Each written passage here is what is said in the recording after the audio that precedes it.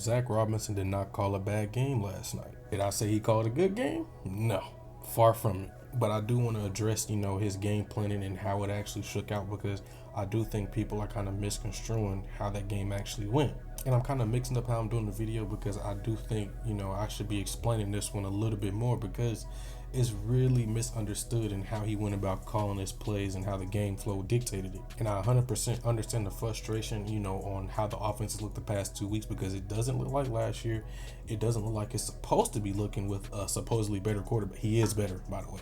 It doesn't look how it's supposed to look with a better quarterback behind the center. But when you peel back the layers of this game, it makes complete sense on why Zach called it the way he did, the game flow and everything else that affected how he called this game. Now, don't get me wrong, the defense deserves a bulk of the credit for this win, but I do think Zach deserves his credit, because there was some things that he did really well. And the main thing that is leaning into the run game and protecting Mike to some extent, and also beating one of the best coordinators in the league, Brian Flores. So before we get into it, if you guys do enjoy this video, be sure to like and subscribe for more, because we'll be putting out more stuff like this in the future. So let's go and get into it. Now, before we get into the film part of this, I do want to talk about something that I mentioned a little bit earlier, and that's game flow. But Zac Robinson's play calling last night, it was hit and miss for me. However, it wasn't necessarily bad. It was just lacking creativity, and that's been the main gripe so far between the fans. Now, against the Vikings last night, he made a concerted effort to run the football, and I love that, because we are a running team. We should be a running team anyways. Now, watching it live, you could see he really wanted to run the football, because we ran like 3 or 4 times in a row.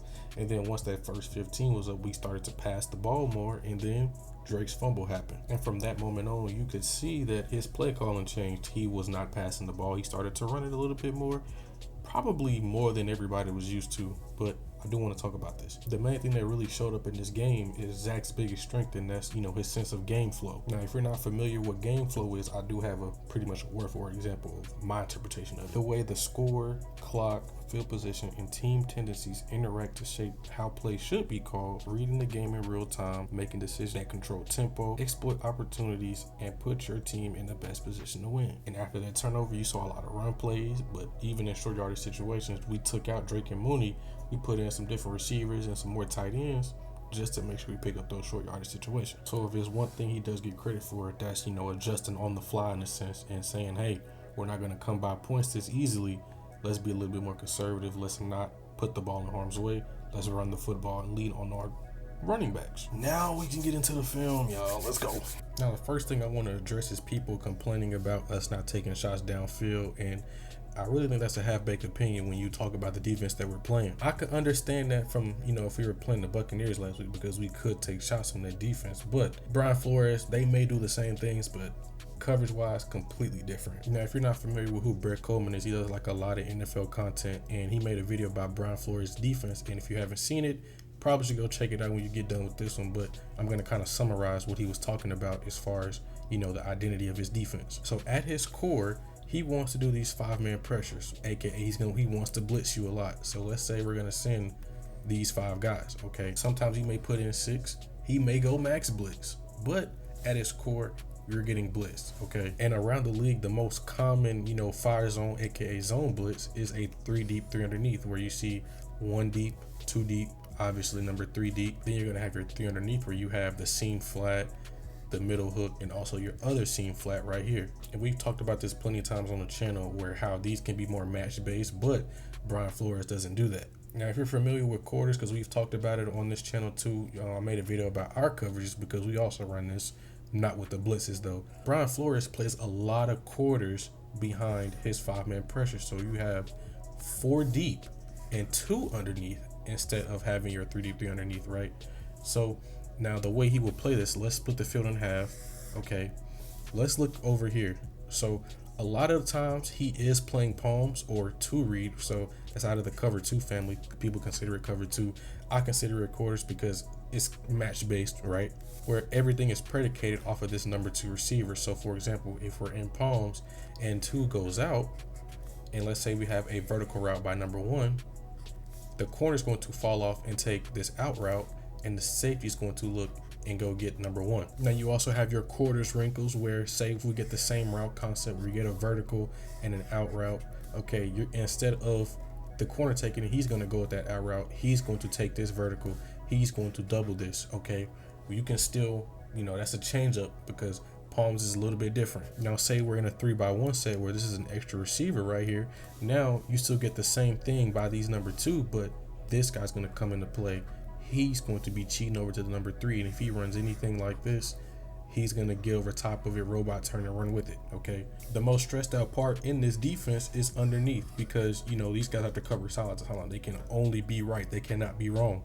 However, if we get back to the whole thing, there's a big umbrella over the defense, and you cannot pass that deep, okay? Brian Flores wants you to take these checkdowns, these 3 to 4 short yardage throws, and he's going to force you to be impatient. And once you're impatient, that's when he gets you. That's why he led the league in turnovers. So this is a good example right here, right? Where if you look at this play, I think Mike Mike got saved because he wanted to throw deep right here. So if we look at this, what they're doing here, they're going to be playing a version of quarters, okay? So you're going to have a quarter, and he's going to be cheating over to this strong side. So say Drake comes across once again, he's going to go get that, and you're going to see by his body language. So when we play this through, y'all, we're going to see what I'm talking about, how no deep route can technically be thrown right here. So look, right? He's at the top of his drop right there. Can you really throw it deep? Because if we want to see who he was trying to hit, Drake is going to nod out and come back in, okay? But Dallas Turner's dropping. Eric Wilson's dropping. He has, safety eyes on him. Is safety help over the top. Like, do you really want to throw that? And with the way the game was going, Mike was getting a little bit frustrated, I think, because he wanted to throw this. And Kyle's coming open right about now. Once he takes his first hitch, okay? He's trying to get you to take those checkdowns. And now you want to get gritty and try to beat the defense and get them to stop blitzing. You take a sack, okay? So if we look at this from the end zone angle, y'all, you're going to see why I said I think he was trying to hit, Drake, because you see where his helmet is? You see his helmet, it is initially looking at him. They're eyeing each other down. They're seeing what he's trying to do. Now he wants to get his eyes over here. And guess who's coming over from over here? Okay, it is Drake. Drake is coming into this picture right here. And you can see he's looking that way. You really can't tell because he doesn't have a stripe on his helmet, but you can see the general direction of his helmet is going down this way because that's where he wants to throw it. And you see he's going to load up to throw. Y'all, when he loads up to throw this ball, he's not loading up to throw it to Kyle. You could tell. Okay? He's loading up to throw it downfield. And you see, once again, Kyle is open right about here. And once again, just take it right here, Mike. Take it right here. Throw it right here. Just kind of lead him. Left yards on the table right there. But you can see, if it were not for the pass rush, I think Mike throws an interception here because that's a very tough throw to make. But you can see how they're discouraging those deep throws. And if he tried to do that, it's probably getting turned over. And then the third thing I want to talk about, or the last thing really, is the play action criticism, how we're not running it enough, okay? And while I do agree we do need to run play action more, but I do not think it would work against, the teams that we just played, the Buccaneers and the Vikings. And I want to get y'all to understand why. So play action at its core is to slow down the pass rush. So I have a clip of the Browns and the Ravens right here.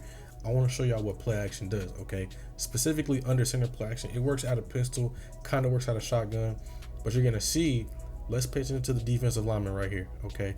When this ball is snapped, they're not getting into pass rush. Mike Green is, because it's Mike Green, but you see these guys up front, they are not worried about, rushing the passer first. These guys take a lateral step to the right or to the top of the screen, and they're matching it.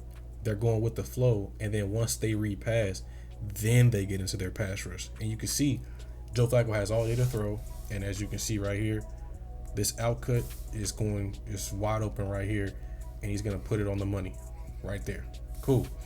So, but at its core, you see this pocket right here, minus Mike Green coming through late. He's probably going to fall right here, but you see very decent sized pocket to throw from, and that's because the play action slowed down the rush. And once again, makes a good throw right in the open space. So that's what play action is supposed to do. Now, when we get into, the Vikings and what we play against, not going to necessarily work. And I'm going to tell y'all why. So what we do is in Atlanta, we have an attacking style front, which means we're favor penetration over anything, which means we're pretty much playing the run on the way to the quarterback, right? We're trying to get in our gap, get upfield, disrupt everything, okay? And that's also what the Vikings do. It's what the Buccaneers do, right? But they also blitz a lot. So once again, in theory, play action could work against blitzes because, you know, say for example, we get a 5-man pressure right here where we're sending 1, 2, 3, 4, and we send 5 right here. And we play fake this way and we, you know, drop back, okay? Everybody's going to bite down this way. He's going to bite down this way. You can send like a short crosser over there into this vacated spot. In theory, that should work, but not against, you know, Brian Flores and his defense, because guess what? Once again, they're penetrators. So you're going to see they're playing the run on the way to the quarterback, and that means they're not worried about playing the run. They're just trying to get upfield and disrupt you and get to your face, right? They're trying to blitz you. They're trying to get in your area. So we look at this example right here. You're going to see what I'm talking about. Like, they're not worried about playing the run. Let's look at this real quick. Let's look at the play action fake, okay? They're not worried about this because, you know, the linebackers running straight through. These guys, they're just trying to get straight up field on Mike. And, you know, we see it flushes him, okay? And once again, I don't know why we're trying to throw deep on a shell defense, because look at this. You see, you know, Drake's coming across right here. Mooney's going deep right here. I'm not sure why Zac would call a play action shot play against a team that likes to blitz, and they also have penetrators up front, because he doesn't have time to get this ball off. He really doesn't. Everything's covered. And you see he gets flushed out the pocket. He has to pull the ball down, and then he takes a sack. So that really doesn't work. Play action won't work against a defense like this. It will in theory, but it really doesn't when you get to, you know, how the defense is, you know, structured. Because once again, when you're trying to do that play fake, you're assuming that the defense is going to bite on the run or be honest on the run action. And the Vikings, they're not honest to the run action at all. They're trying to go and put Mike on his ass. And they did that 3 times on 8 pressures. That's an insane pressure to sack ratio. Can't have that. Play action, yes, it'll work in theory, but it won't work against this team because they don't care about playing the run, because they blitz you a lot. And the main reason why they blitz is they want to get you in those 30 and long. So they run or they blitz on rundowns a lot because they're trying to fill up every gap. They're trying to get those TFLs, put you in long yard situations, and then blitz you again, thinking, oh no, we finna cool out. No, we're gonna come and get you again. So no, it just doesn't work. Now, once again, I'm not necessarily blindly defending Zac Robinson, because I've made it clear in 2 of my past videos where I'm talking about it. I'm not blindly defending him, but I am trying to give y'all some insight and some perspective on, you know, taking him through his thought process to see what he was doing and trying to give some fair criticism, right? Because I do think the play calling needs to get better. Red zone offense has been awful. It has to get better. Some of it was execution, some of it was Zac, but either way, something's got to fix to where we can score points in the red area, because that's how you win and lose games. We're not going to win games kicking 5 field goals, okay? Not going to happen. So we gotta do something about it. But I will say week 2 was not necessarily a bad game from Zac. It's just he decided to actually adjust, and he did. But if y'all guys did enjoy this video, be sure to like and subscribe for more, because once again, I'm putting out more stuff like this in the future. So see you guys later in the next video. Goodbye.